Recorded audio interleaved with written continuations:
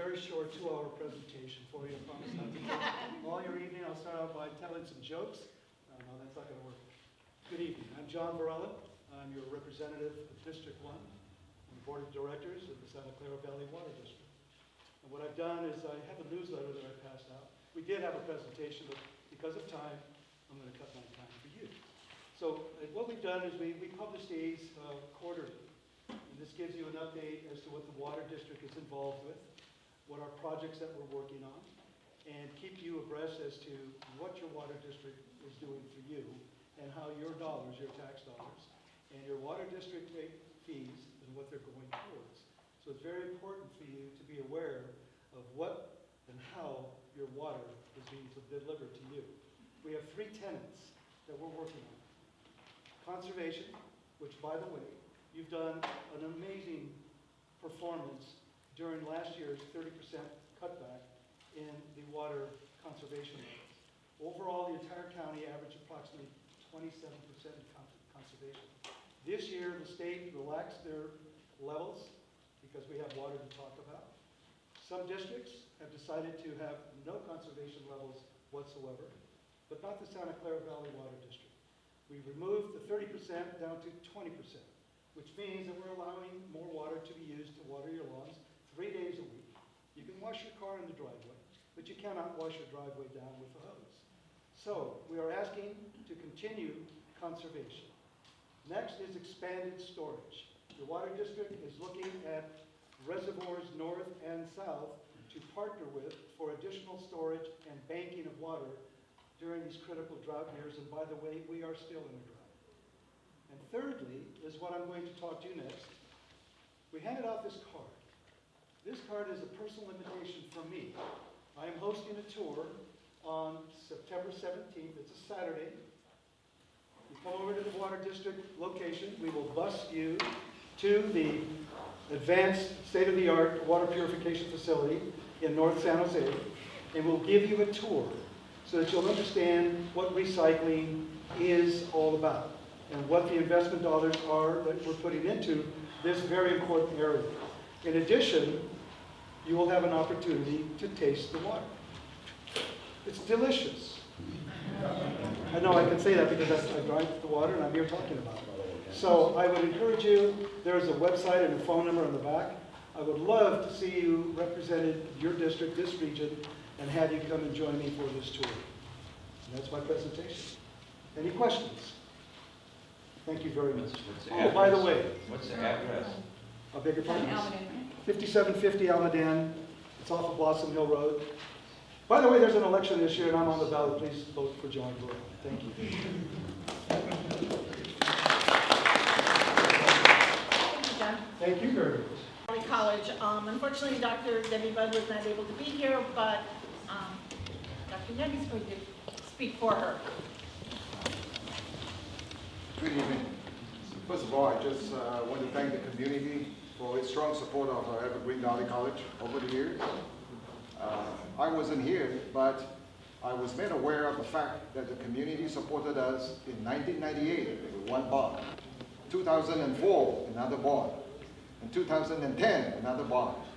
So if you have come on campus lately, you would have seen all the improvements we have made. We just opened a brand new building this week, the Math, Science, and Social Sciences building. And we just had the center of the campus redone. So again, I want to take this opportunity to thank the community for its generosity and its strong passion for supporting Evergreen Valley College.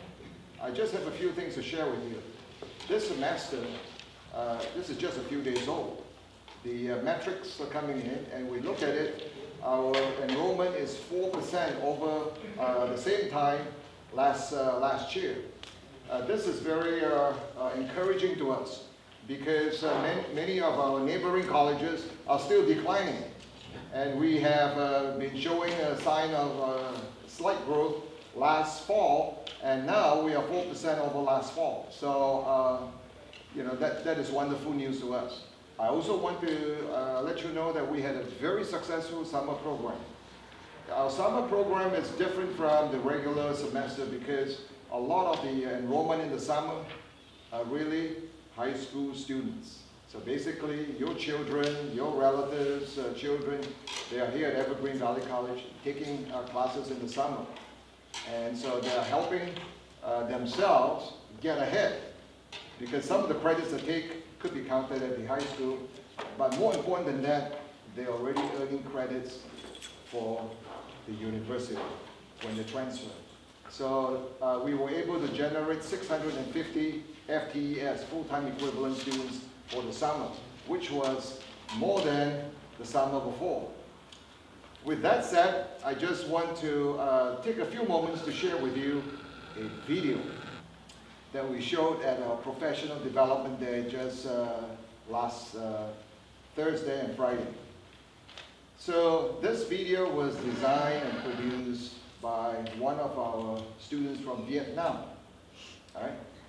His English may not be perfect because English is his second language, but he wanted to share all these great things about Evergreen Valley College, and he put all of that into a video. And I thought I would conclude my brief presentation by showing you this video that we showed at our Professional Development Day to the faculty and the staff.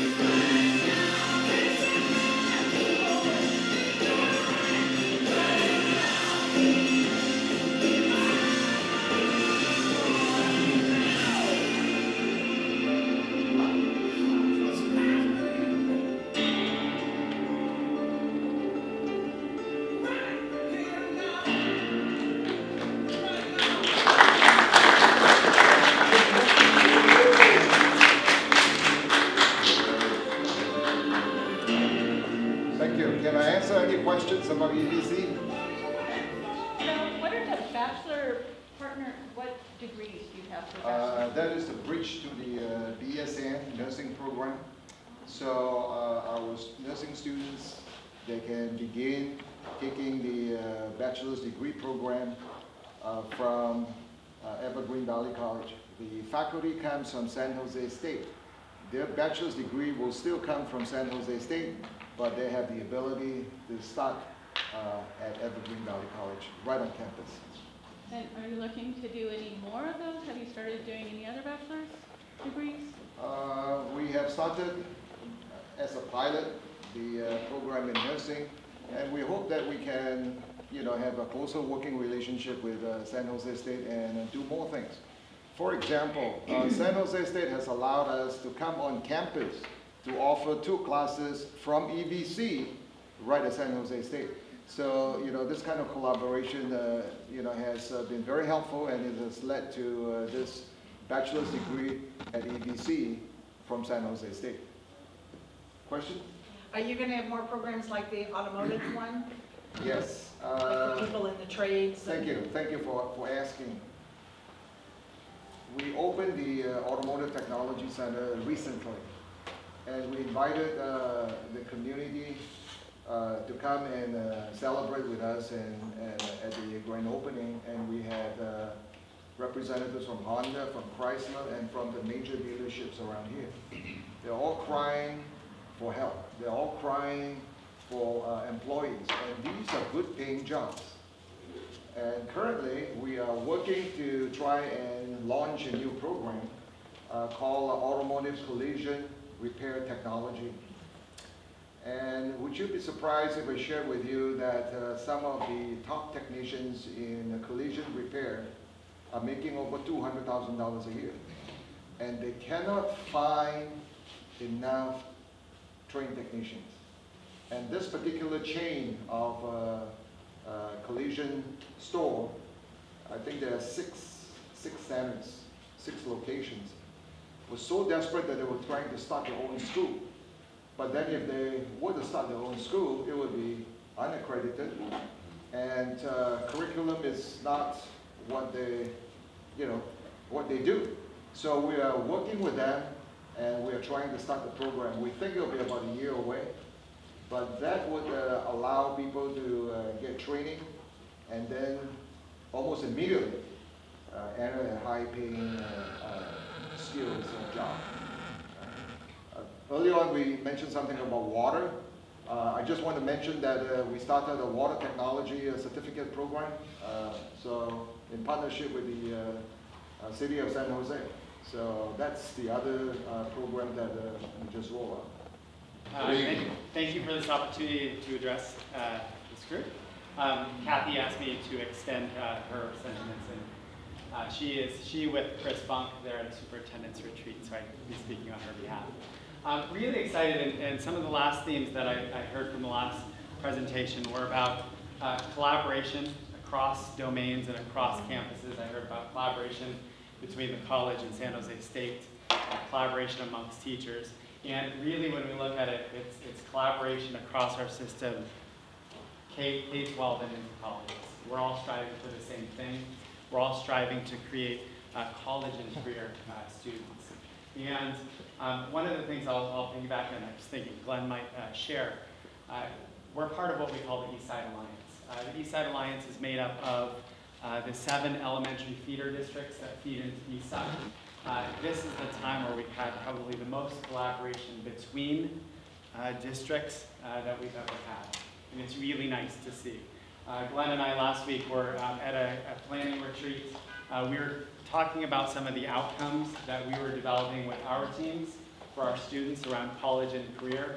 And while we were developing them side by side and not quite in collaboration there, we were almost identical. We used some of the same vocabulary, some of the same words, and definitely the same meaning across the board. So some of the great things that are happening in Evergreen, we started this year in August 22nd. We had a strategic planning retreat. We had about 40 members from our community, our teachers, administrators, our unions, many folks from this group came together to talk about what it means to learn in the 21st century.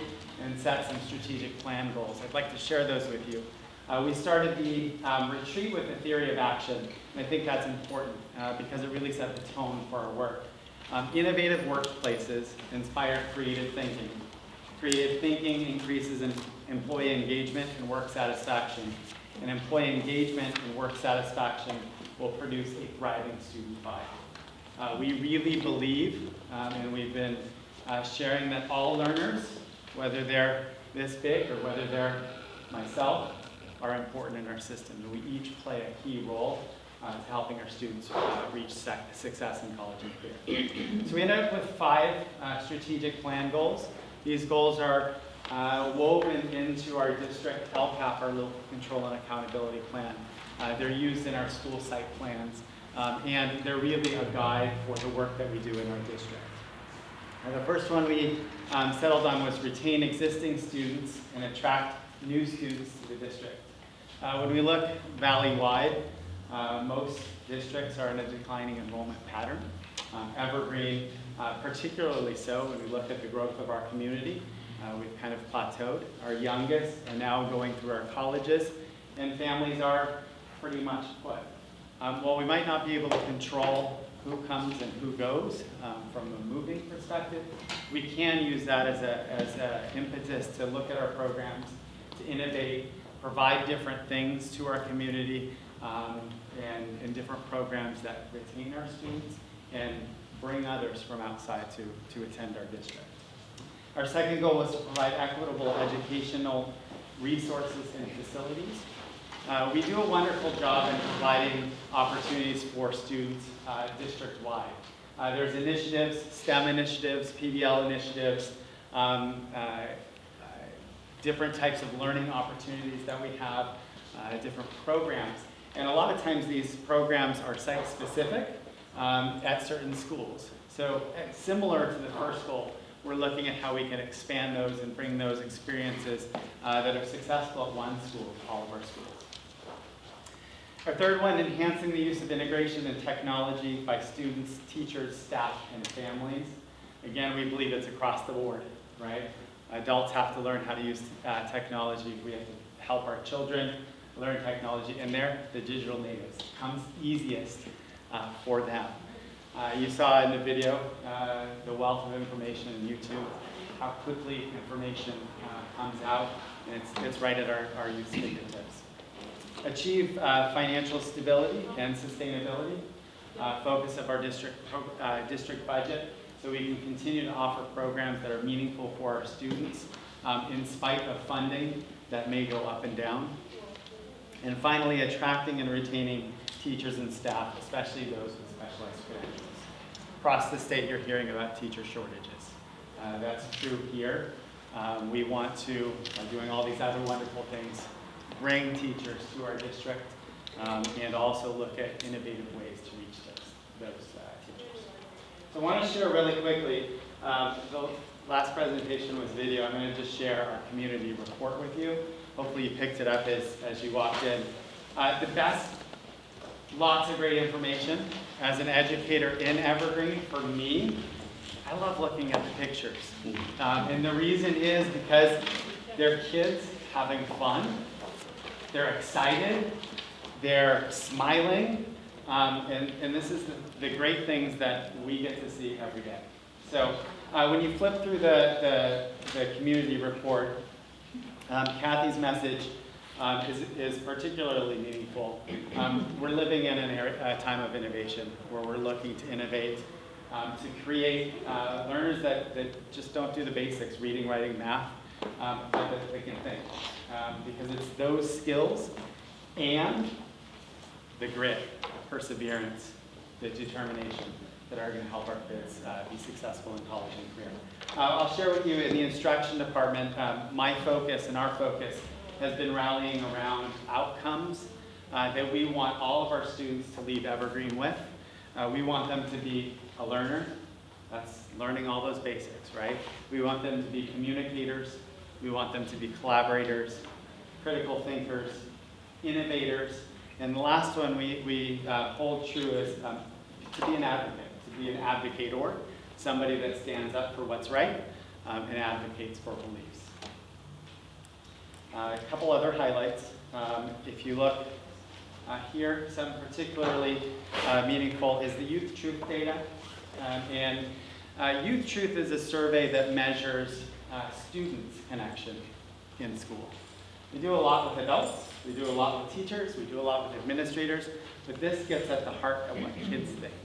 And you'll see our data for 2014 to 2015. We've done some work around culture, making school culture a really important piece. And we've seen scores that our students are reporting around engagement, around expectations and instructional methods all increase over time.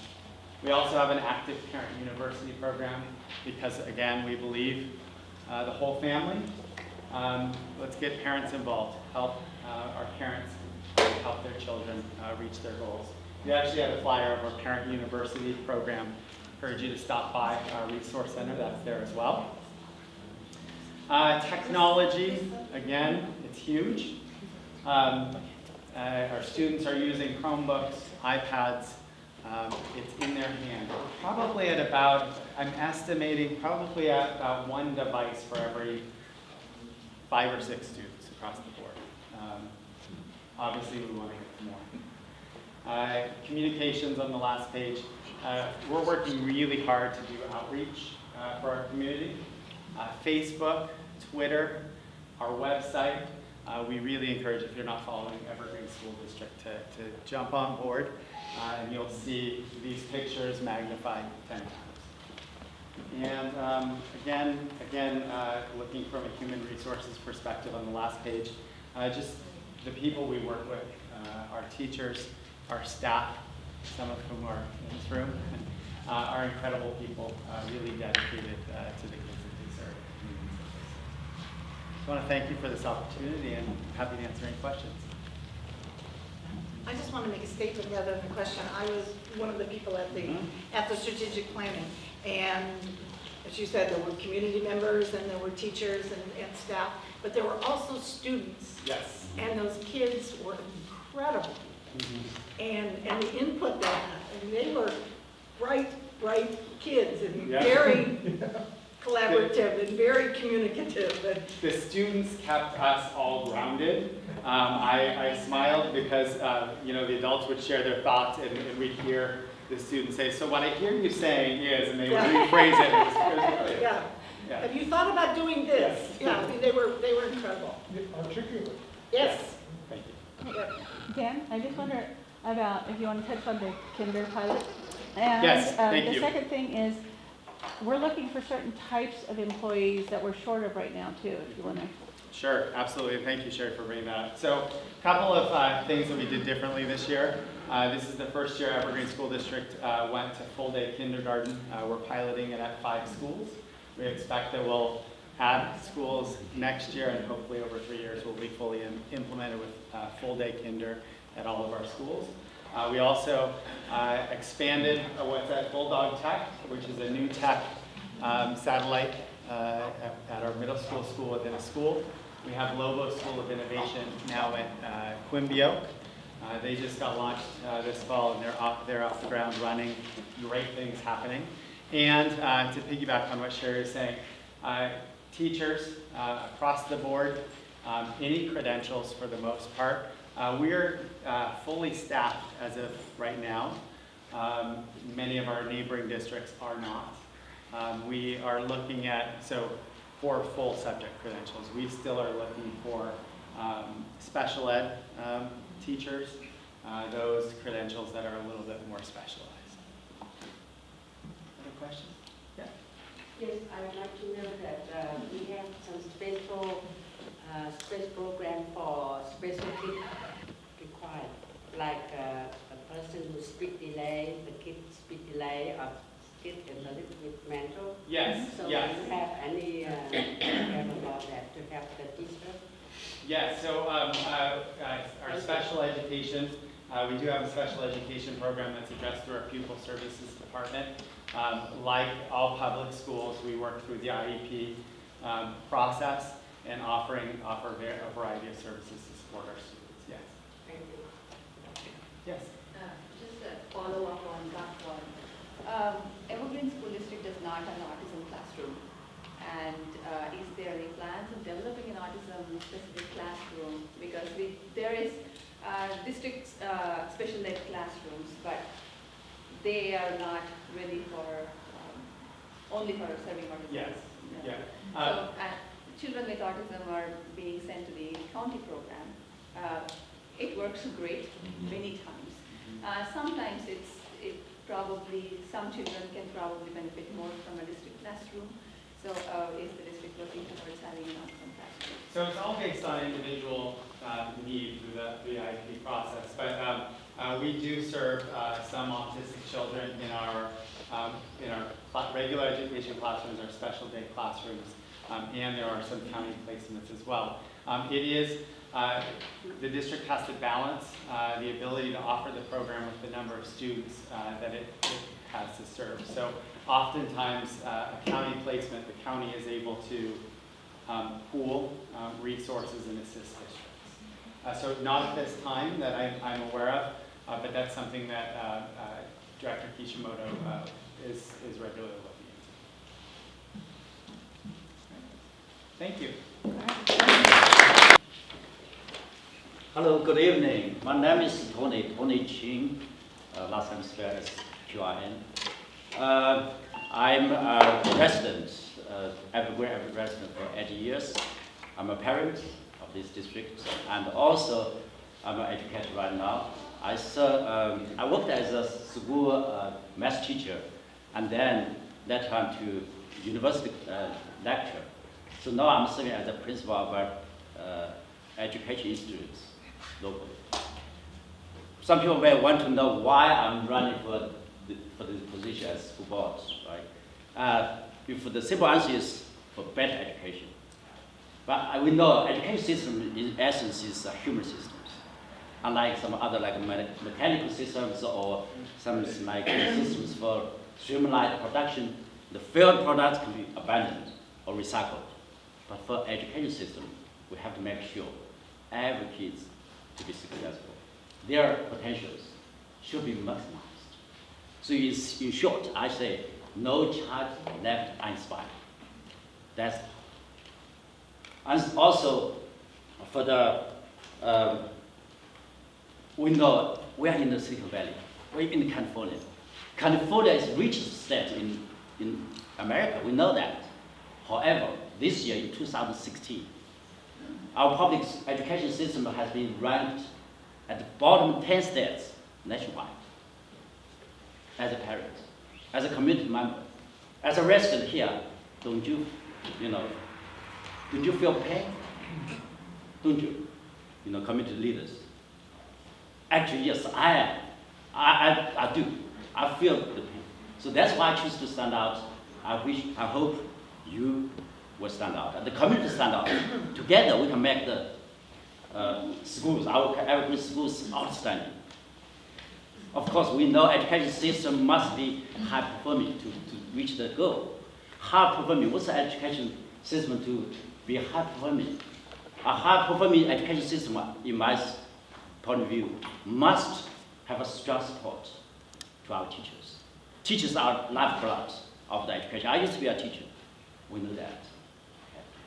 And also, we need the quality teachers. We need the teachers who are really professional and conscientious, who are really enthusiastic in teaching, love kids, who are willing to pursue excellence in teaching. That's the teacher we need. Yeah. And also education, the high-performing education system also needs a broad and diverse curriculum. Science, we know the science, engineering, technology, and math, they are very important, but not enough. Because of the budget cut or this or that, we know there's a lot of, how about arts? Arts education are weak in this school district, or probably are among the Silicon Valley, some other school districts as well. So we need to put an A into this so-called STEM to make it as a STEAM, to make our education programs with a more complete spectrum for the well-rounded education program. So of course, One more minute. higher education system also, we have to say, have a strong connection, link with the community. A collaborative community should play a very important role to make this happen. I myself, actually have personally experienced how education uplifted myself, my life. So now I stand out, I would like to work very hard to expand our curriculum, STEAM curriculum, and to engage with the teachers, parents. And I will serve as a liaison, as a grassroots between the school boards and the community. I believe together, working together, we can make Evergreen schools evergreen. Thank you. Statement from her, and I'll do the best I can with my glasses. Thank you all for being here. Children and families are my top priority. I am seeking re-election to the Board of Trustees to ensure that our students receive an excellent education with small class sizes, quality teachers, a safe learning environment, and access to 21st century technology and curriculum. I support responsible fiscal policy and will use my experience building community partnerships to bring more resources into our Evergreen schools. I'm currently the board president. I'm also the executive director of the Santa Clara County School Boards Association, working with all the school boards in our county. I also work with the Santa Clara County Office of Education in the Curriculum and Instruction Department. Since moving to Evergreen in 1997, I've been serving our community on numerous board oversight committees, school site councils, PTAs, and the Evergreen School Board, in addition to being a past president of the DHCRT. I've also been the District 8 representative to the San Jose Redistricting Commission, a Housing and Community Development Commissioner, and a member of the General Plan Task Force Update Committee. In all these roles, I have been a strong leader for the community, in addition to an effective coalition builder. I am forward-thinking, and I am an excellent listener. During my tenure on the board, our district has accomplished many things, including modernizing our facilities through our bond program, passing a parcel tax, rolling out new Common Core curriculum, and testing in English language, arts, math, and introducing a full-day transitional kindergarten and kindergarten program, and launching a new Lobo School of Innovation at Quimby Oak Middle School. We have also added new mental health counselors and programs and have improved our outreach to the community. We still have more to do. Our district is currently undergoing demographic decline, and we need to do more to attract and retain our students.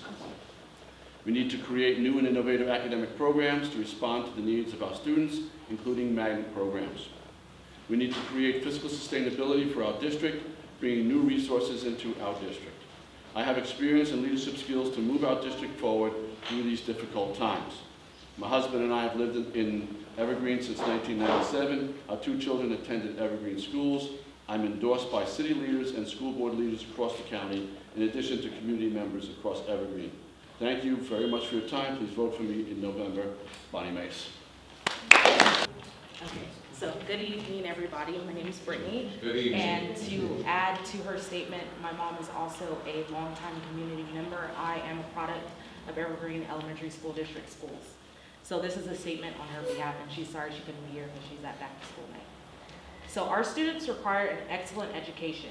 That's why I've worked diligently for 38 years educating children in San Jose, to include 18 years working for the Evergreen Elementary School District, most recently as principal of Tom Matsumoto, a 2016 California Gold Ribbon Schools Award winner, and previously as principal of Millbrook and Hollyoak Elementary Schools, and as an assistant principal of Quimby Oak Middle School, all to ensure our students' academic needs were fulfilled. With teaching and administrative credentials, a master's in counseling education, and over 3 decades of experience as an educator, teacher, counselor, and administrator, I have had the opportunity to lift our children to higher levels of academic success, as well as the opportunity to lead exceptional schools. My 38 years of experience will help the Evergreen School Board to succeed in its mission statement: provide all students in high-quality education in a safe, nurturing environment where each student demonstrates a spirit of respect, responsibility, and commitment to academic and civic excellence. Please join Evergreen educators Tina Choi, Chris Porpoise, Sharon Moore, Dr. Robert Pruitt, Dr. Gail Rucker, and Tracy Williams, San Jose Evergreen CCD trustees Craig Mann and Hong Nguyen, and others in supporting me. Thank you. Hi, everybody. Hello. My name is Patty Cortese. I know a lot of you in this room already, and I'm currently serving on the Eastside Union High School board. Was appointed in February of 2015 when Magdalena Carrasco was elected to the San Jose City Council. And it has been absolutely my joy to be there. I have been involved in youth mentoring programs for over 20 years, and that's really what brought me to this place, because I've worked with kids for whom school doesn't always work well. The kids who struggle with maybe gangs, drugs, academic underachievement, violence in their neighborhoods. And you know, I've walked with those kids through their struggles, and I've celebrated with them in their triumphs. And I see that there are things that we've done in our schools that have had unintended consequences for them. And so that's really why I'm here. I want to share a little story of one of our kids that really, I think, explains why I'm here. So Chris came to us in this mentoring program at the end of his freshman year. He had a 0.16 grade point average. That is straight F's and a D in PE. He cut school more than he went. He was running around with gang members. He was doing drugs, and he had no interest in school whatsoever. He was kicked out of his third school for fighting. And was having a conversation with one of our administrators, who I won't name, who said, "I don't even want you in my school. Look at the way you dress. You're never going to amount to anything." Chris then had a meeting with someone from our school student services department, and she said to him, "Chris, I'm going to get you back into Yerba Buena." That's his home school. She said, "And when you get back there, you're not only going to get better grades, you're going to get all A's." And Chris said, "What the heck? No way." But then he told me he went home that night and he thought about, why is this lady fighting for me? And he said, in that moment, I realized that I wasn't being who I really am. And the next day, I went from the kid who sat at the back of the class to the kid who sat in the front of the class. And for the rest of his time at Yerba Buena High School, he got all A's. Graduated, was accepted to 6 universities, and is now this week started at San Jose State University studying forensic science.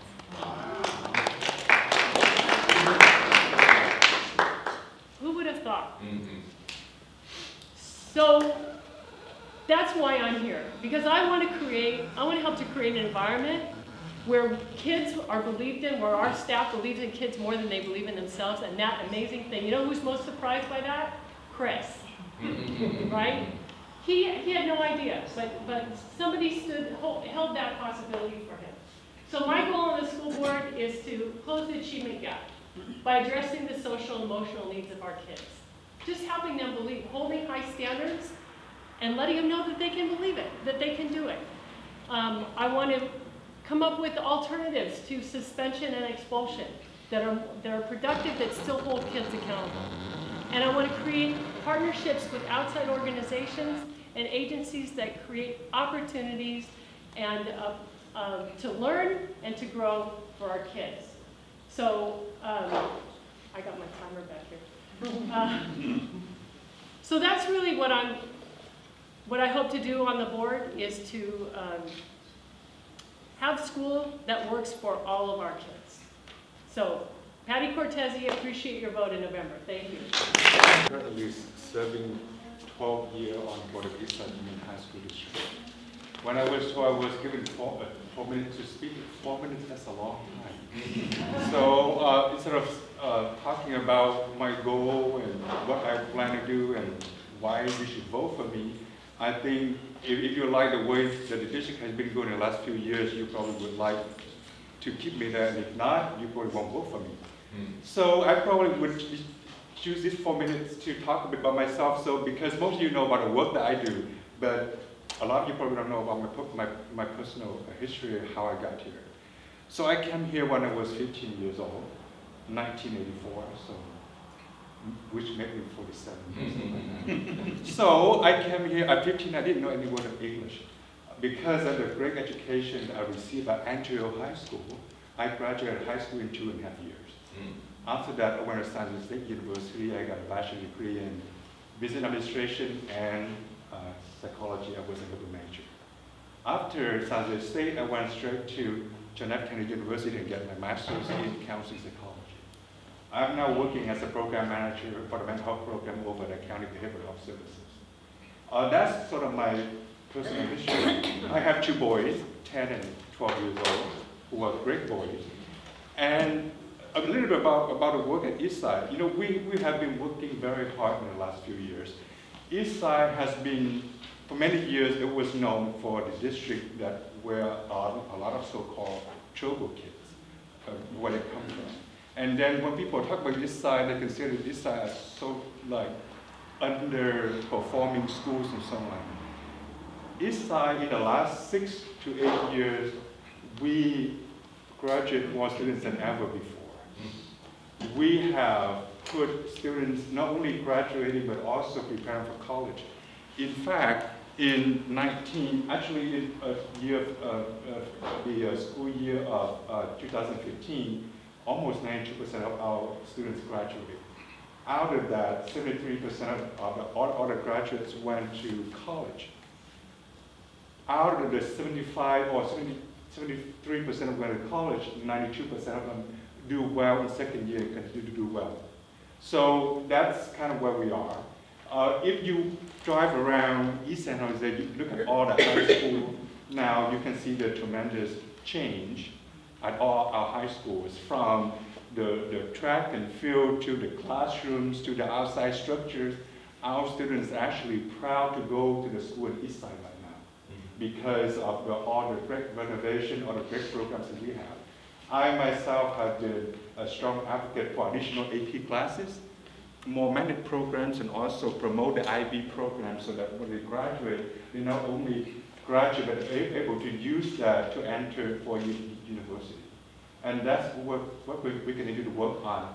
It's great to have Patty working there with us in the last year or so. I would like to continue serving with her. If you like her, you like me, I hope that we continue for many years to come. If not, we know that we're not doing a good job. It's so much for you to decide. Thank you. Good evening, one and all. District 8, round table, neighbors, friends, and community leaders. My name is Derek Grasty, and I'm a candidate for school board for the Eastside Union High School District. What brought me to this is that I'm passionate about education. I've been in education all my life. After graduating the University of Michigan, I taught music and also all grades K-8 at one time or another. Also wanted to do more for kids, and so I got involved with administration, took additional courses at Cal State Hayward, now Cal State East Bay, at the Harvard Principals Center Institute, and I wanted to do all for kids. I'm very passionate about educating kids, creating good learning, working environment for everyone, and closing the opportunity gap for kids of color. I'm also very involved with the community. I'm a member of District 8 Roundtable, La Raza Roundtable, 100 Black Men of Silicon Valley. I'm also on the Eastside Union High School District Bond Oversight Committee, Eastside Parent Committee. I'm also involved with the Eastside Alliance through the Silicon Valley Education Foundation. I'm president of the Bella Madera Homeowners Association and Mutual Water Company. And back in 2010, when I ran for school board, then I received an endorsement from CSCA local Foothills chapter, local 187. So I'm very much involved with education, and in fact, my whole family is involved in education. My great-great-grandfather, let me tell you, in Danville, Virginia, was principal of the first school for African-American kids in segregated Danville, Virginia. in the 1920s. In fact, you can look him up online, Google him, William F. Grasty, and you'll see that he has a school named after him. It's no longer there now, but they have a reunion every now and again. I come from a family of educators. My parents are retired teachers. My wife's an educator. My sisters also taught at one time or another, one middle school science, one bilingual Spanish in Southern California. So I understand the value of a good education and also a good value of a good East Side education. Both my sons are East Side graduates and now college graduates. So I know that East Side can provide students ready for college and career. And what I've done for my own kids, I want to do for others. I want to create good fiscal oversight. I want to make sure we have the foundation where teachers can be successful and there's good, high-quality teaching and learning in the classroom. That we create kids who are critical thinkers, problem solvers, that they can be great entrepreneurs. This is a great area we're in Silicon Valley, and this is the hub of innovation. We want to give kids those opportunities. Every time I drive down the freeway and see these tech companies, I think of our kids getting these jobs and being leaders in our community and giving back to the community as well as the larger global society. I also believe that we should also have educators on the school board, just as much as we have judges on judicial panels, doctors on medical boards. As an educator, I know the decisions that I make and what impact we'll have directly with kids and teachers sitting in the classroom. I'm going to be accountable for my decisions, and I wish for the opportunity to serve you, to serve the community, to serve our kids, and make East Side the beacon of education and innovation, as well as looking at our schools and making them a community place for businesses, families, civic leaders, law enforcement to get together and talk about things so we can work out issues and so that everybody can feel safe in our community, feel respected in our community, and everybody can achieve at high levels. And I really want our kids to do well and succeed well. And I appreciate your vote, your support, and your endorsement. Thank you very much. I'm Derek Grassley. So, can you hear me now? All right, good. So, good evening, everybody. How are we doing? Good. All right, lively, and I see that you can hear me. So, my name is Lorena Chavez. I've had the pleasure of meeting a good number of you, but not everybody. So, hello. A little about myself. I want to start off with who I am because I feel that it's very important to know who you're electing. Like, who is that person? What is their background? Aside from what are they going to do, what are the principles that lead their decisions, right? So I'm an East Sider at heart. I actually ran into a teacher, a middle school teacher of mine here, and she's crying. I was like, I know you. And I had another parent sit next to me. She's like, hey, I know you. I'm like, yeah, because I've been in the East Side my whole life. I went to Alamoc schools. I actually also went to Shibuya, so Evergreen School District as well. And I am a very proud graduate from YB. Magic happens in YB, right, Patty?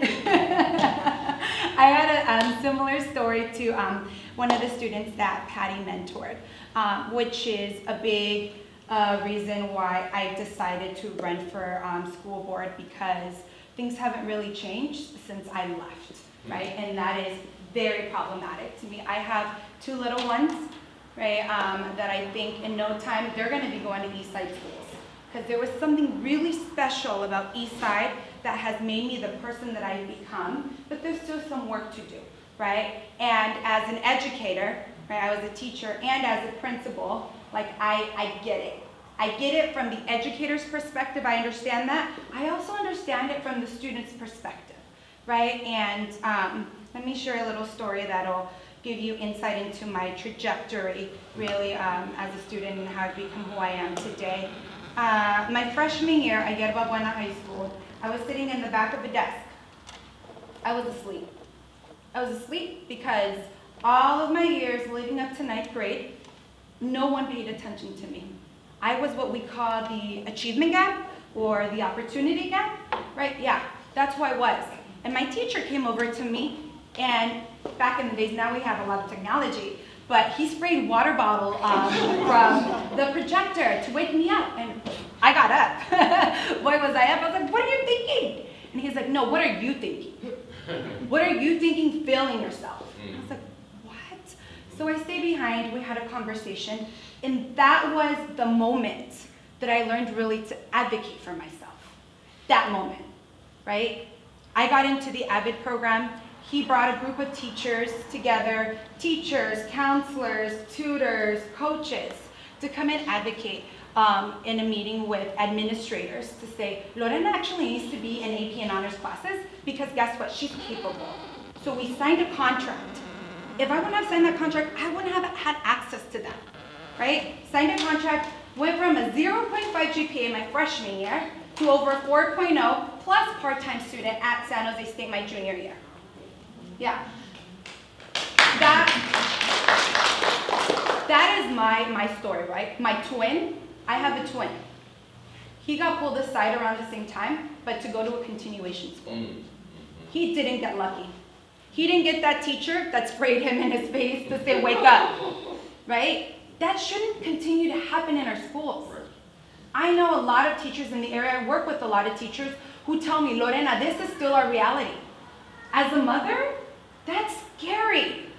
As a community member, I'm like, whoa, is that the education that our students should get, right? Or lack thereof? The number of students that are graduating right now without meeting the A through G requirements, and for those of you that don't know what the A through G requirements are, those are the basic requirements that you need in order to apply directly to a four-year university, is in the 40s. Half of our student population can apply directly to a four-year university. That's problematic. That's not giving our families and our students choice, right? So something needs to be done. And I want to be part of a group to bring perspective to get things done. I feel that urgency, I get it. I work day in and day out to make sure that our students are moving forward, right? That we're working with educators that are going to move them forward. That is my why, right? When I look at little Camila Naron, I say, you're going to have a good education. And you're also going to be in Eastside like your mama. So one of the things that I really want to do is amplify the community's voice, right? Bring the board to the community, right? There's a lot that families can offer, and their voices aren't being heard for one reason or another, and I hear it from our parents. When I was an administrator, that was my favorite thing, children and parents. I tell folks, if you want someone who's going to be loyal to children and parents, that's yours truly. If you want someone who's going to understand the hardest job in the world, which is that of a teacher, that is yours truly. If you want an advocate for Eastside kids, that is yours truly. So, on November 8th, I ask for each and every one of your votes to have someone who's going to really advocate for our children. Thank you. I want to thank you all, first of all, for coming tonight and taking the time to listen to actually all these presenters and people who want to be part of the community. My name is Rex Randers, and as I'm listening to these folks, I've asked myself, well, when does it begin? Does it begin when you propose? Does it begin when you walk up to the altar? Does it begin when you go to the registrar of voters and put your name down on the paper?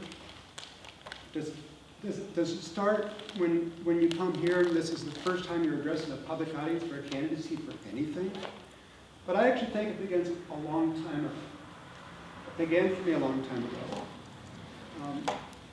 My wife and I have lived in the valley here, Evergreen Valley, for 33 years. We've lived in San Jose since we met at San Jose State University as college students. We've raised our kids here. Our two kids have gone to public schools, public education. We got good teachers. We worked with the teachers. My wife was especially great in making sure that everything went just good. I'm running for Board of Trustee for San Jose Evergreen School District Area 3. It's a large area. It goes all the way up to Nokia's Landis Boulevard, all the way down to Metcalf Road, in many cases over almost to 101. So it's a very important district. I've been employed in training organizations in education since 1983. I was actually schooled as a teacher coming out of San Jose State University as a social scientist with a teaching degree. Ran into Prop 13.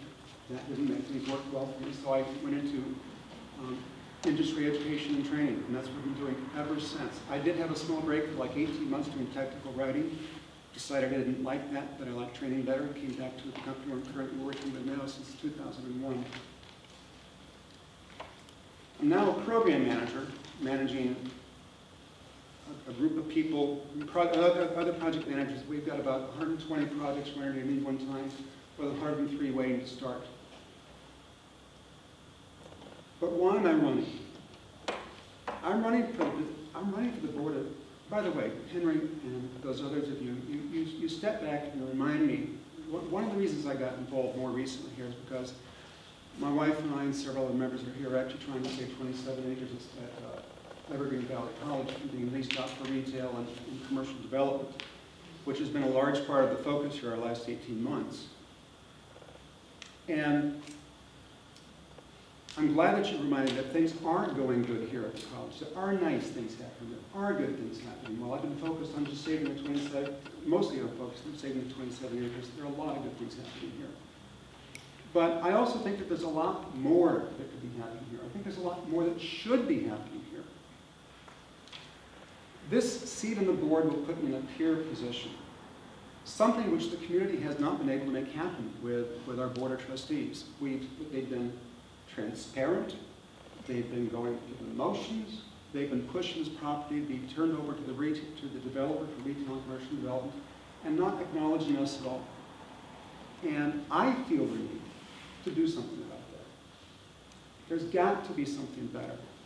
The community has voiced their opinion, the teachers have voiced their opinion, the students have voiced their opinion, and it's time for me to step in and get myself into a position where I can actually have influence with the other board members, where I can help set policy, where I can work with the contracts and negotiations and help decide what's right, what isn't right, what we can do with our resources and the allocations that we have. So in hindsight, I really decided to run for this position about 18.5 months ago when we started working for the 27 acres. That's when I made my decision. It wasn't 2 or 3 weeks ago when I went down to the register of voters, and it isn't tonight when I'm coming before you to present myself. One more minute. One more minute. I was reading the education master plan that the consultant wrote, and while I was aware of this stuff, it just struck me so hard. Now, we've got 18,500 students that are leaving our district to take classes because they have the programs that we don't often. What struck me even more was the disparity here in the district. And in the plan it says there's 45% of the people in this community who go to Evergreen College make less than $75,000 a year, that household. Now, 20 years ago, that was a lot of money, but today it's not. What's even more discouraging is that 8.2%, almost 10% of the households in this community live on under $15,000 a year. This school should be, the consultant even says this, the school should be seen as a beacon of hope for these people, the underserved, to get trained and get good jobs and survive in this valley's economy where there are jobs and all they need to do is be trained and brought up to it. So, I can mitigate the ivory tower, I can mitigate the internal politics, that's what I do at my office, that's what I'm good at, I'm a great collaborator. I think that I'm a better of the 2 candidates for this position. I have a passion for you, I have a passion for the students in the community, and I'd like you to vote for me, Rex Reynolds, in November. Thank you. As an educator, I'm involved in call and response. I check in on my kids throughout the day. I ask them to raise their hand if they understand or don't understand. We communicate. Now, I'm through my teaching point. Here's who I am. I'm Craig Mann. I'm a 4th generation in California. Born and raised in Oakland, came down here in 1977 to go to San Jose State University, where I majored in business with a bachelor's degree in business administration. I worked in industry for 20 years for the greatest corporations in this valley. FMC Corporation for about 13 years, Hitachi Data Systems for about 5 years, Selectron Corporation for 2 years, and then I went over to City Hall and became the chief of staff for a council member. And then I had family stuff. I had to take care of my dad and mom as they were transitioning through their aging process. I gave hospice care to my dad who was dying of esophageal cancer. So I had to take a time out. When I came back to work, somebody said, you know what? Take that CBEST, become a substitute teacher, see how you like that. What am I today? 7, 8 years later, I'm a middle school teacher. I also hold my administrative services credential from the state of California. So I'm ready to step into the administrative role when that opportunity comes up. But most importantly, you know me because I served in the Eastside Union High School District Board for 8.5 years from 1998 through 2006 and served on the County Board of Education from 2006 to 2012. And since 2012, I've been on the San Jose Evergreen Community College District. Now, as soon as you become an elected person, the first vote you ever cast, there are going to be people that are happy, and then there are going to be people that are less than happy. And that is the way it is. In sum, I believe that I've done a great job serving this community over the last almost 18 years now. This young man and his brother worked on one of my campaigns.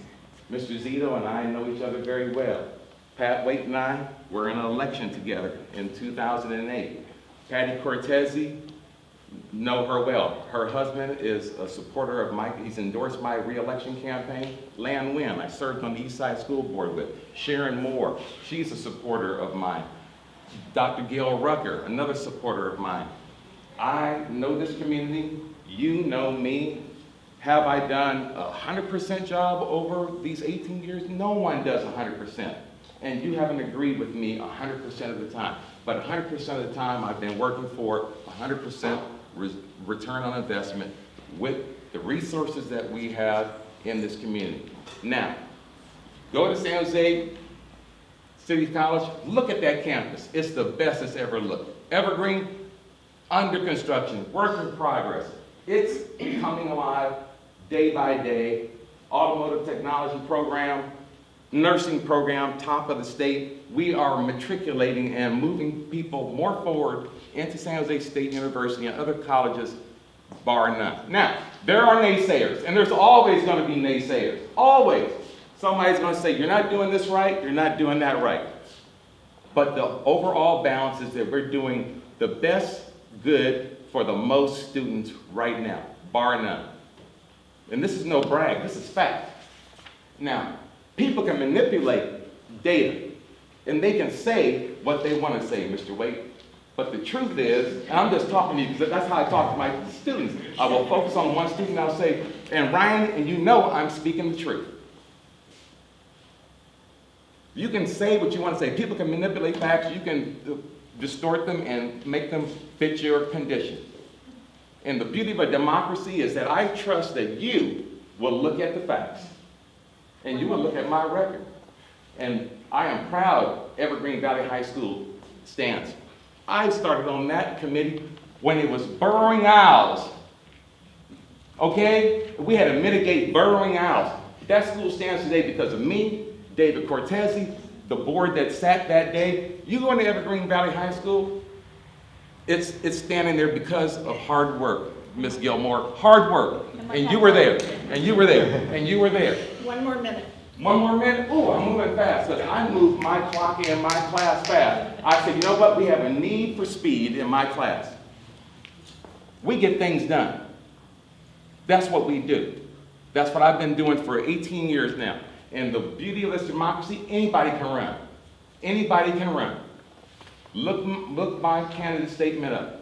I have the support of the County Supervisor David Cortese, County Supervisor Cindy Chavez, the majority of my board, a principal named Lila Welch from Matsumoto Elementary School, California Blue Ribbon winner, and countless others. I just couldn't put them all on my ballot statement, but I am confident in your judgment in knowing that Craig Mann is your man, and I will continue to deliver the highest quality services to you moving forward. Thank you very much. Thank you.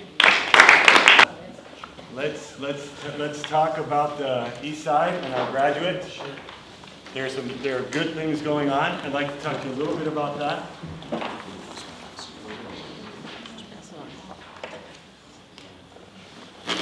And then I'd like to talk about a promise. Vander's here. It's a tough one. Everybody have one? Not quite? Oh, we've got plenty. Campos is good with that. Anyone else? Do you mind helping out people there? Wonderful.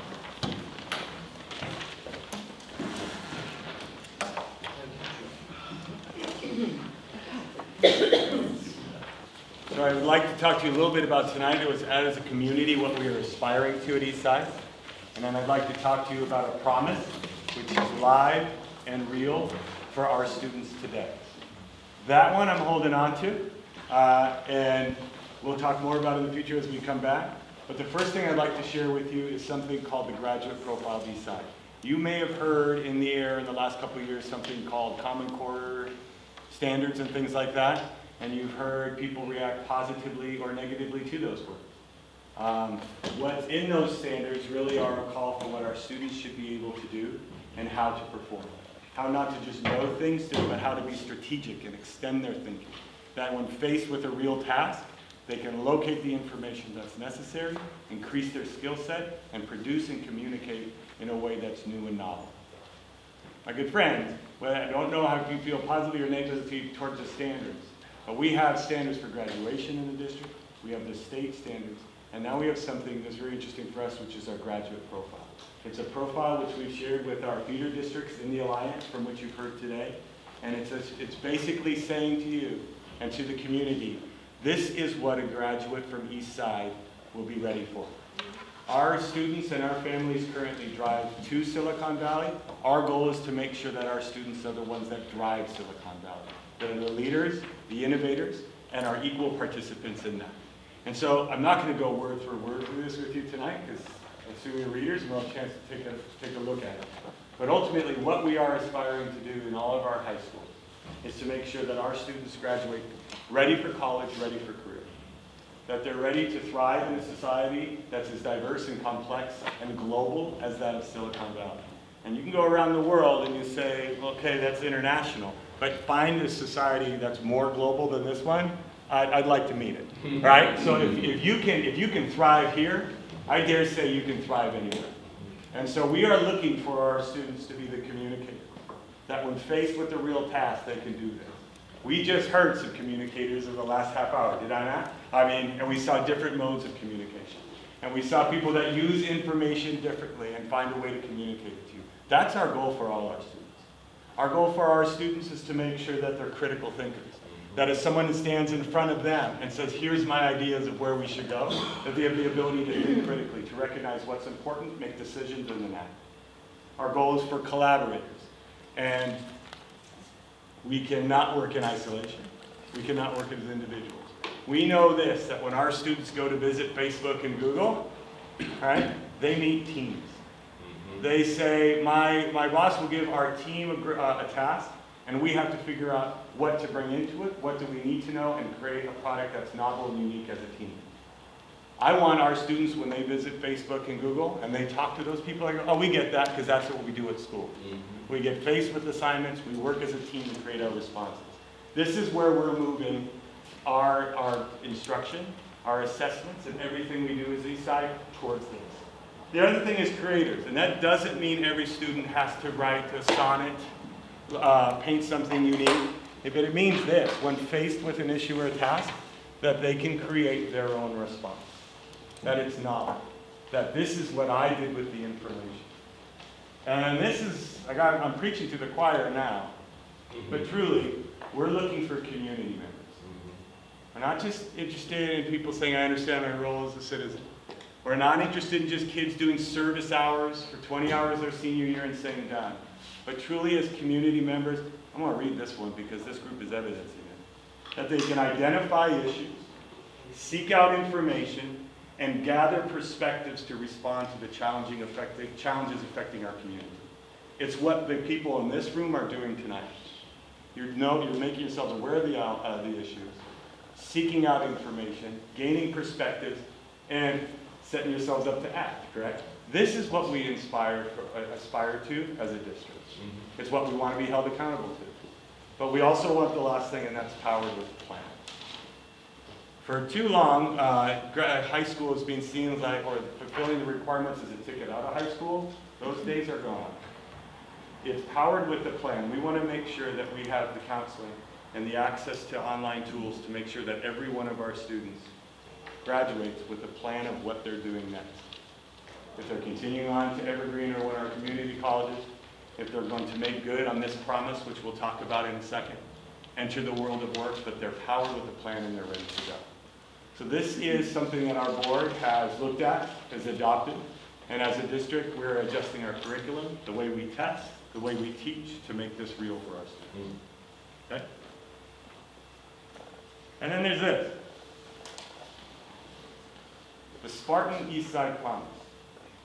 Eastside High School District and San Jose State University, in conjunction with Silicon Valley Education Foundation and Eastside Alliance, now have a promise to our students, which is essentially this. If you attend one of Eastside High School and you meet the A through G requirements, and those are the courses that the University of California says you have to take this in order to qualify to apply. If you do that and satisfy the graduation requirements, you are guaranteed acceptance into San Jose State. It is a promise that if you do what's right here, and this is that whole local, that interaction and that collaboration that we're talking about. If you prepare yourself for what this valley demands, the educational institutions in this valley have set themselves up to promise to all of our students a continuous path post-high school. This is something that we want to be loud and proud about. When you leave here tonight, you might say, I don't know what that whole graduate profile was that Vander was going off about, but I did like that promise. Let people know. The East Side is meeting tomorrow with Evergreen Valley Community College to continue its partnerships. We are looking to establish also a pathway and in through high school and into that. Some pretty exciting stuff. We'll have to come back and talk with you at the end of the day. But this promise is alive, and I want to thank all of you who have influence in making this happen, who've approved it as members of our board, and for you all to get the word out that this is real for our students. Thank you. I'm here, it sounds like everyone's here appearing for somebody else. I'm appearing for Captain Mike Kim, who's the Foothill Division commander, which is basically East San Jose. And he's at another function tonight. He got sidetracked to that, called my boss, and my boss is on some mess of a robbery call up in the northern end of town that none of you want to hear about right now, but you'll read about in the papers tomorrow. So here I am. The main thing that he wanted me to pass on was out here, the big issue going on is burglaries, specifically residential burglaries. For the last month, roughly in all of Foothill Division, there were about 30 residential burglaries, which is down substantially just off of my experience working out here from the months previous. I know there's a bunch of groups that we have taken into custody, which has put a big dent into that. About 10 of those, about a third, were actually out here what we call District Paul, which roughly is from Tully Road south out San Felipe to basically the city limits. And everything from 101 out here to when you start going up the mountainside here into county jurisdiction. And that's the area that I actually supervise. And if I stop mid-sentence, it's because someone's talking in my ear, because I'm still trying to supervise what officers I have and be here for you guys. Having said that, it's really the bulk of why I'm here. But I got to tell you, just as an aside, to be in this room and to hear all these candidates speak, I'm having flashbacks from both sides of my family. My dad, I grew up in Sonoma County. Everyone's saying, hey, I grew up in the East Side. I'm a transplant. I came here because this is the best police department in the entire country. And I put 11 years in another county. I wanted to work in the best place, and I came here. So forgive me for being a transplant. But I will tell you this.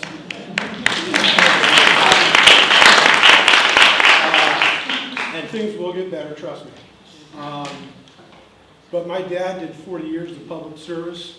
Started off in local boards and commissions, where I grew up in Santa Rosa, 3 terms on the city council, 2 terms as mayor, two terms as vice mayor.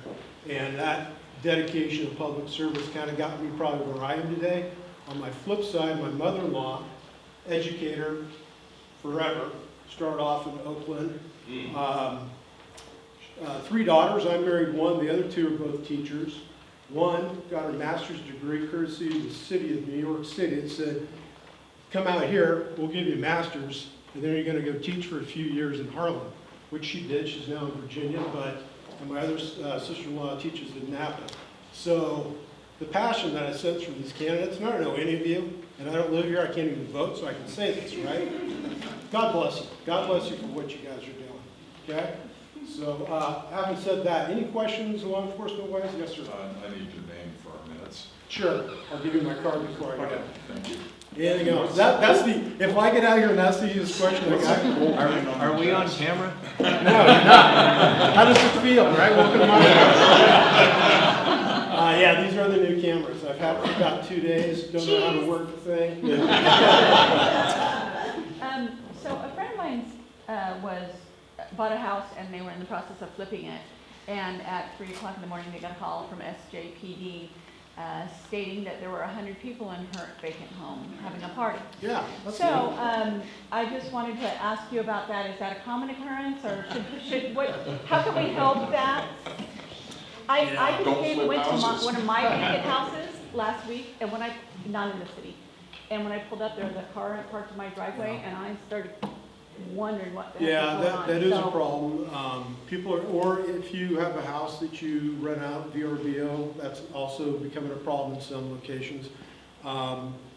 You put it out in the market, and with social media is what it is today. One person finds that empty house, and they tell a friend and so on. Next thing you know, there's 100 teens, and the place is being trashed and drywall. They just get demolished. It does happen. It's not that common. It used to be more common, maybe, 5 years ago. It seemed to be kind of the thing, but it's kind of, I think a lot of property owners kind of got attuned to that, and if you're leaving a vacant house, be on good terms with the neighbors, keep an eye out. It goes back to the basics of neighborhood watch, right? You know your neighbors, know what's normal, you're gonna know what's not normal. Me driving through anyone's neighborhood except my own, I don't know what car on any given day belongs there or doesn't belong there. It's you guys in your neighborhoods that know and go, that doesn't look right, and you call us, and hopefully in this day and age we can get out there quickly and get to the root of it. But yeah, it does happen. There was, I think, somebody, anyone? All right. There we go. So, all of these mail thefts, our mailboxes get hit continuously. They go on an average 4 to 6 weeks once the entire street gets hit and the perpendicular streets get hit.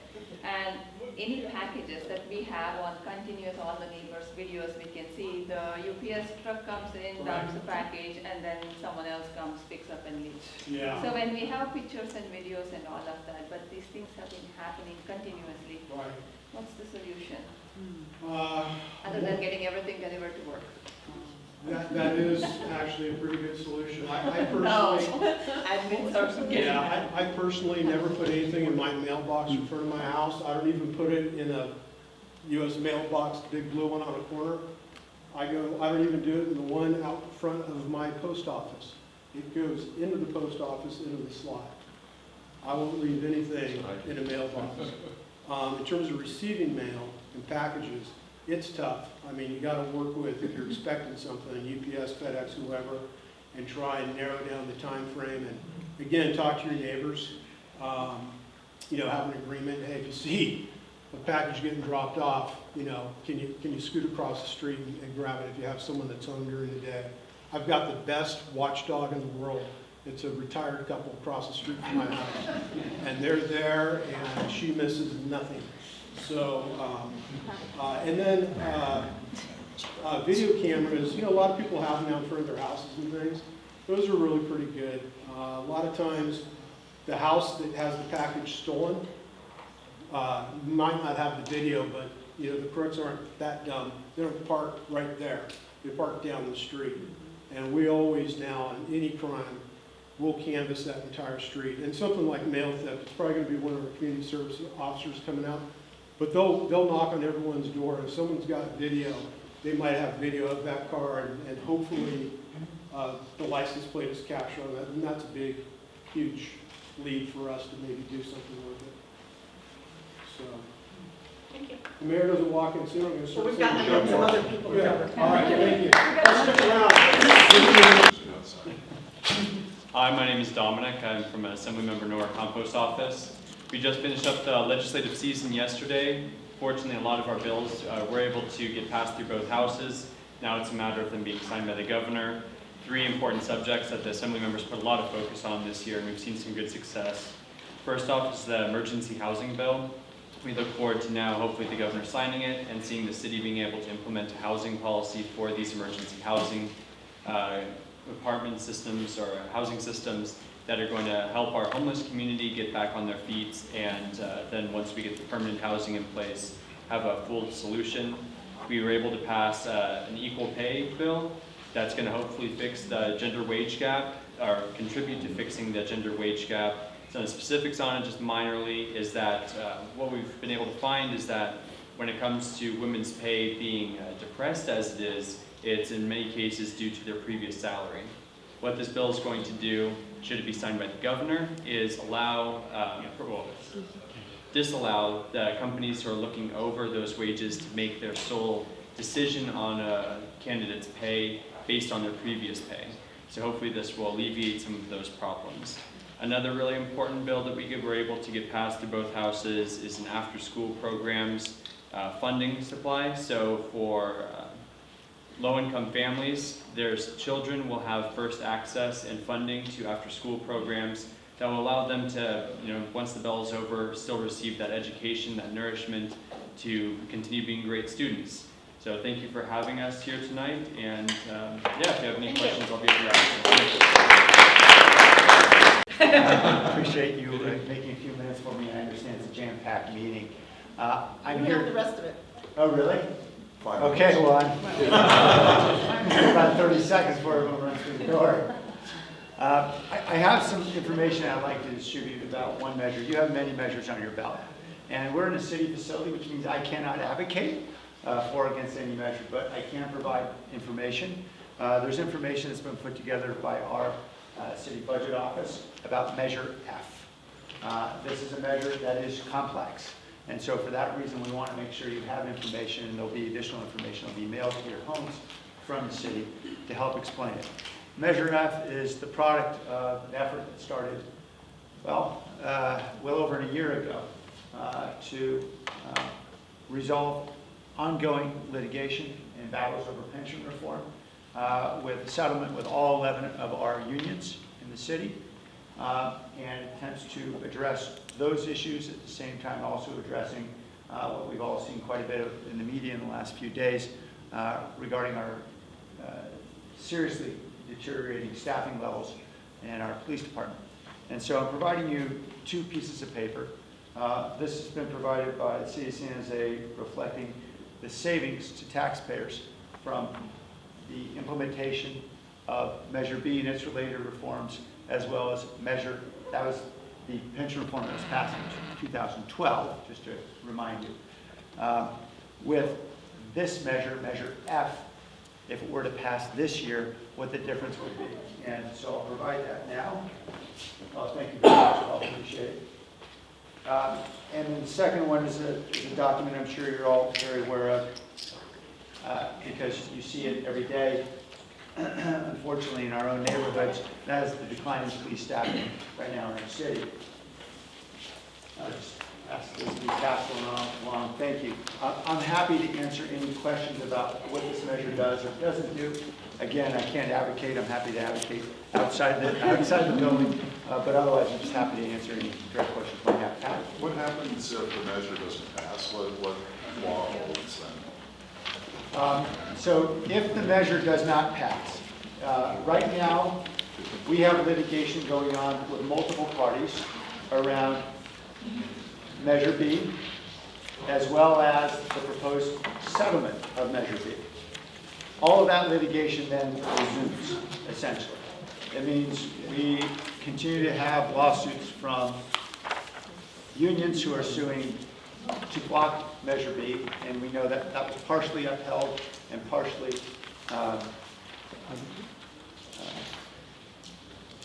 partially ruled invalid. It's up on appeal now, so all that appellate litigation resumes. And at the same time, the settlement, that is all the agreements we struck with the 11 unions, that has been challenged by a different party. It was Charles Munger brought those lawsuits, and that litigation then resumes. What exactly happens to all that, I cannot possibly tell you. It's up to a lot of smarter people than myself, basically lawyers and judges, who are going to fight it out for the next 2 or 3 years. We are interested. The reason why, I think I can say this, the reason why I put this on the, voted to put this on the ballot along with 9 of my 10 colleagues on the council is we want to resolve this now. That's just a statement of fact. I think I can say that. I won't reflect it in the minutes. Yes, thank you. Other questions? Can I bore anybody talking about pensions, retiree health care, and disability? So are there any more copies? Because I You can't did not answer get one. questions because I don't have one. I see. I'm sorry. We'll work with Maryland and we'll get them distributed. Sorry. They made it that way. Okay.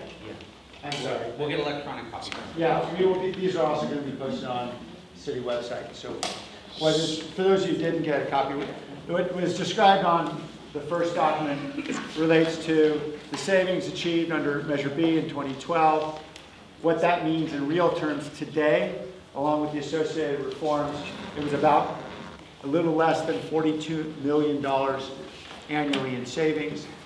What would be saved with Measure F and its related provisions, that is the rest of the agreements, would be slightly more than $42 million. Essentially, their equivalent savings were able to preserve the savings that were achieved in the prior measure.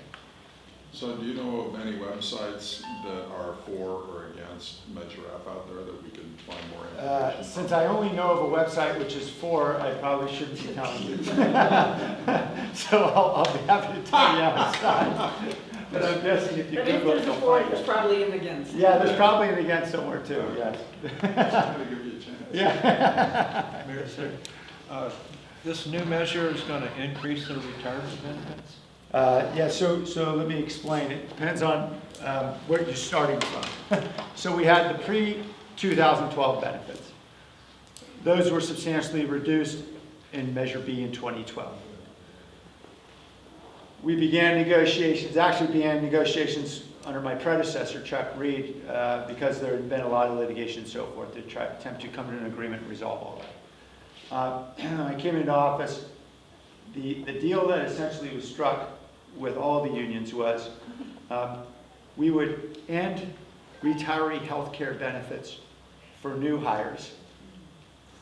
That was by agreement because simply it was costing employees a lot of money, just as it was costing the city a lot of money. Everybody agreed the benefit was too expensive on everyone.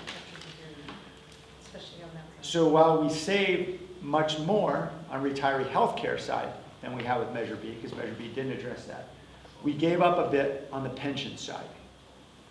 And so the net result of that is that there's slightly more savings in this measure, Measure F, because it covers a broader category of benefits, includes retiree health care.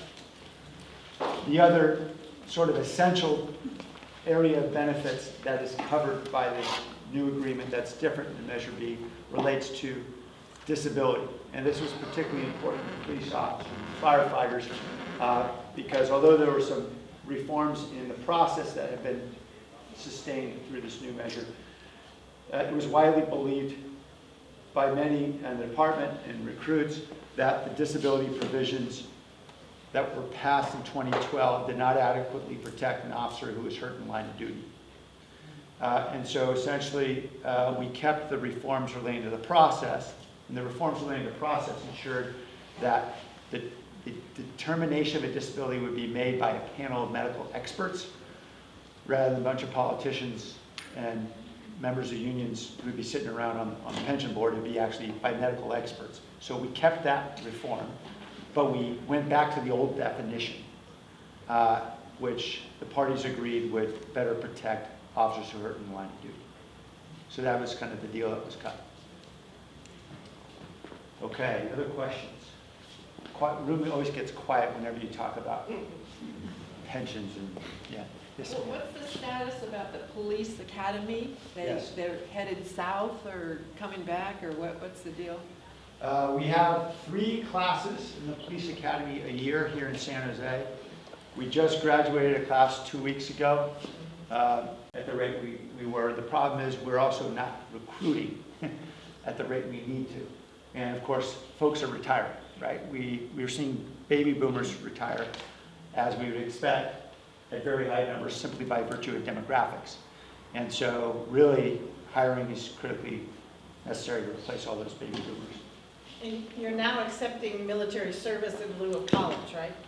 Yeah, so we've been working with the union, and the police chief has been working with the union on several initiatives to see how we can really better staff the department. And one of the critical ones was offering veterans an opportunity to use their military experience as a proxy for the education requirements that we have in this department. We have much higher educational requirements than many other departments.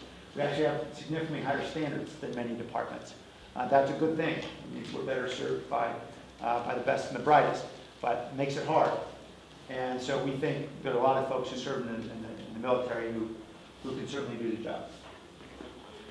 That has resulted in our efforts to reach out to folks on military bases and so forth.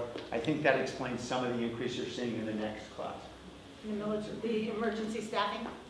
Yeah, so on Tuesday, the council voted to approve the invoking of an emergency provision in state law that enables the chief to disregard sort of the prior agreement about how to allocate officers, and basically so he can redistribute more officers out of patrol. Obviously, that weakens investigative units and other units we know that are important, specialized units in the department. But we all recognize that the most important position in the department is that of a patrol officer. That's the individual who responds when you call 911. That's the individual who is the deterrent in the community to more crime. So we need to get more folks out there. Bluntly, that should be a pretty simple issue. Obviously, you want to give the chief all that the chief needs. Unfortunately, it became politicized, and I think we saw a lot of that in the media. Yes, Jim. So this might be a naive question, but my understanding is that there's an age cap on hiring for the police department, right? You have to be under 40 or some number. Yeah, you may well be right. I don't know exactly what it is. And a person of my age couldn't join the academy. Not that you want me to be a police officer. Can you do 100 push-ups? I'm guessing. One arm. I have. Go ahead. Come on. He didn't say it was his arm. Somebody else's. Picking me up. Good. I have no idea what the age limit is, but I do know even if you couldn't be a patrol officer, you could be a reserve officer, and you could also be a community service officer. So there are other ways to serve. Yeah, that's what I was going after was, is there any positions in the police department, if it's capped by age, that like an investigative unit or something that doesn't have the rigors of what a younger man can handle of me, that maybe they could use their brain, or somebody who don't go there. It's a tough crowd. Yeah, it is a tough crowd. I've been here so long, I don't know. But just people who would like to reestablish themselves. Right. So community service officers, for example, it's a program that started back 2 years ago. And the idea was, we know officers are overburdened chasing high priority calls. So when the burglary is called in, that happened 8 hours ago, and the burglar left the house, by the time that the homeowners returned to find that their house had been ransacked, which I know is no fun, it's happened to me a couple times, then we know that a police officer is only going to show up, collect fingerprints, take a report, and identify what's been stolen. That can be performed by a community service officer, and so that is a task, obviously, community service officers can do that help to take some of that burden off of police officers so they can then respond to higher priority calls. With all of the programs that are in place right now to hire more police officers, to revive the academy back to what it was or what it should be, and having newer measures, the pension reform deals with that. plan to when they would probably be, say, 5 years, 10 years from now, they will be fully staffed and San Jose may be becoming one of the safest cities again ever? Well, so let me tell you this, the news you won't believe, because I know everybody sees the media, and obviously there's a lot of concern, and concern for good reason. For example, we're seeing homicides really escalate this year, and it's a great concern to all of us, including myself. But in the latest FBI statistics, San Jose still had the lowest violent crime rate of any major city in the country. Now, that's a testament to the fact that we've got police officers who are incredibly overworked, are working a lot of overtime, but are doing an extraordinary job. But there's a very small number, right? And we know that can't hold for forever, right? We got to do everything we can to fix it now, so that we don't backslide considerably. On the other hand, we know that still the crime rate's too high. We've seen violent crime increase over the last year and a half considerably.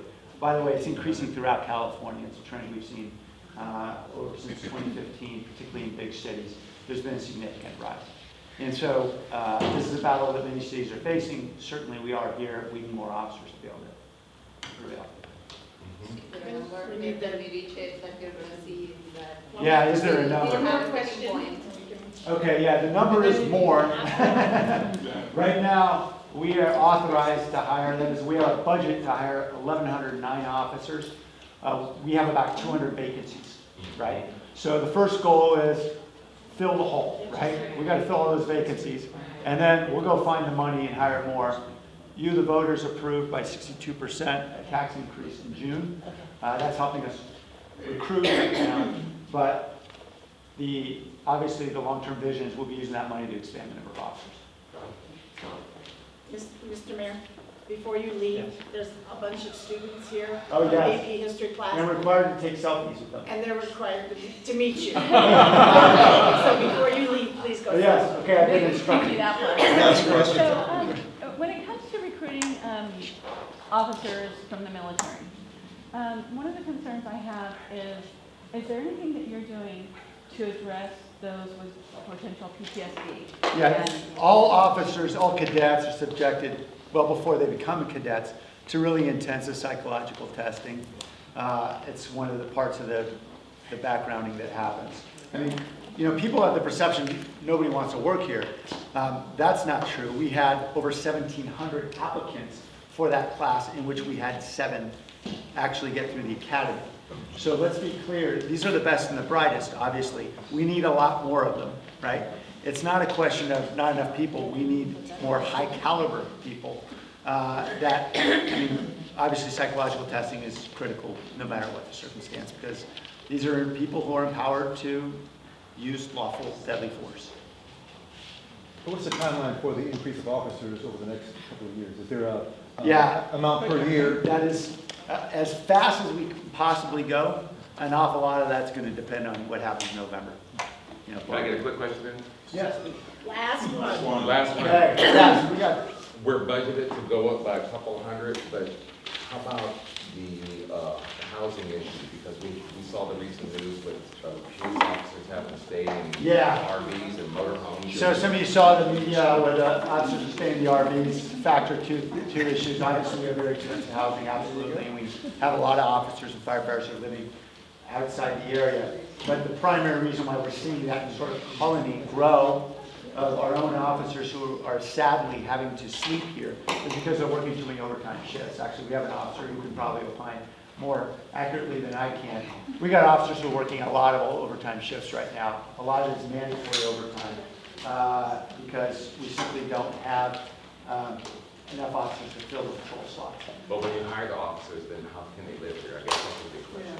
Yes, and we're going into contract negotiations again. We've had 2 contracts successively that have substantially increased pay. We're still needing to climb some more to get up to where we know our peer cities are, but we're going to be in negotiation. We're in negotiation right now. We'll have a new contract in place January 1st. Good. Thank you all.